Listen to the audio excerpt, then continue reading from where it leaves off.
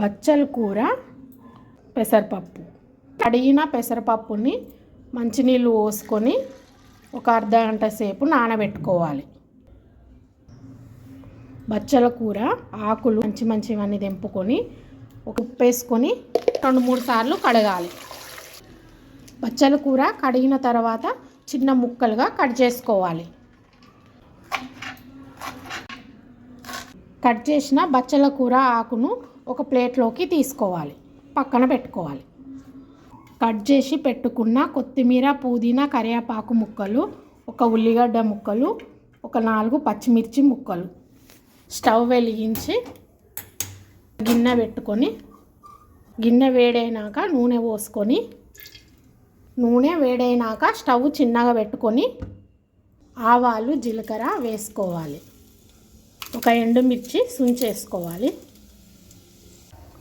Cut చేసి పెట్టుకున్న పచ్చిమిరపకాయ ముక్కలు, ఉల్లిగడ్డ ముక్కలు, కొత్తిమీర, పుదీనా, కరివేపాకు ముక్కలు వేసుకొని స్టవ్ కొంచెం పెద్దగా పెట్టుకొని ఎర్రగా వేయించుకోవాలి. ఎర్రగా వేయించుకున్నాక స్టవ్ చిన్నగా పెట్టుకొని అల్లం వెల్లుల్లి పేస్ట్ వేసుకొని కలుపుకోవాలి.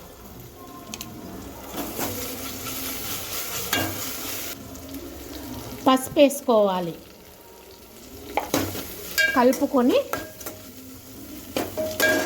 కడిగి కట్ చేసుకున్న బచ్చల కూరను ఈ పోపులో వేసుకొని కలుపుకోవాలి.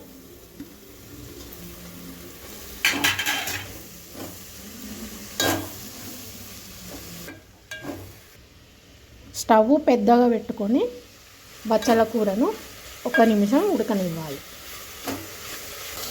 కడిగి నానబెట్టుకున్న పెసరపప్పును పోపులో వేసుకొని కలుపుకోవాలి. ఈ పప్పులో ఉన్న వాటర్ కూడా పోపులో పోసుకోవాలి. కూరకు సరిపడినంత వాటర్ పోసుకొని ఉడికించుకోవాలి.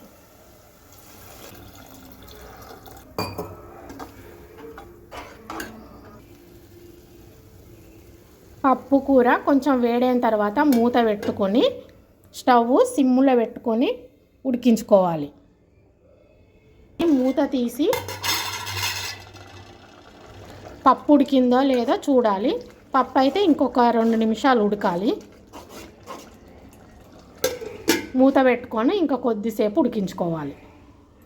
మూత తీసి బచ్చల కూర పప్పు అయితే ఉడికింది. పప్పు అయితే ఉడికినాకనే ఉప్పు వేసుకోవాలి, ముందే వేస్తే ఉడకదు. కలుపుకొని మూత పెట్టి స్టవ్ బంద్ చేసుకోవాలి. బచ్చల కూర పప్పు రెడీ అయ్యింది.